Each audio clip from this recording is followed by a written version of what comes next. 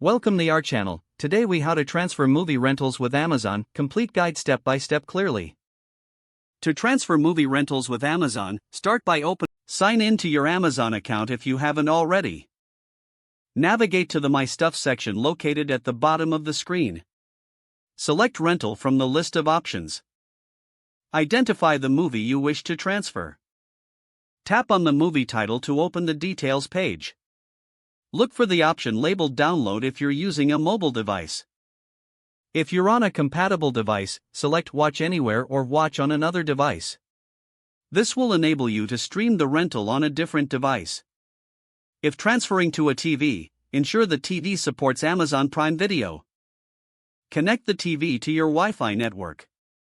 Once connected, open the Amazon Prime Video app on your TV. Sign in to your Amazon account if required. Return to the My Stuff section. Locate your rented movie under the rental category. Select the movie to start streaming. Make sure to do this before the rental period expires. Enjoy your movie on your chosen device. If the page does not load, refresh the browser or try again in a private or incognito window. Make sure you are using the correct email address, then retype it carefully to avoid small typos. If your password is not accepted, use the reset option and create a new strong password you can remember. Check your spam folder for verification or security emails, then complete any requested confirmation steps. Enable two-factor authentication if available to improve account security and reduce unauthorized access risk. After signing in, review your profile details so your contact information and settings are accurate and current.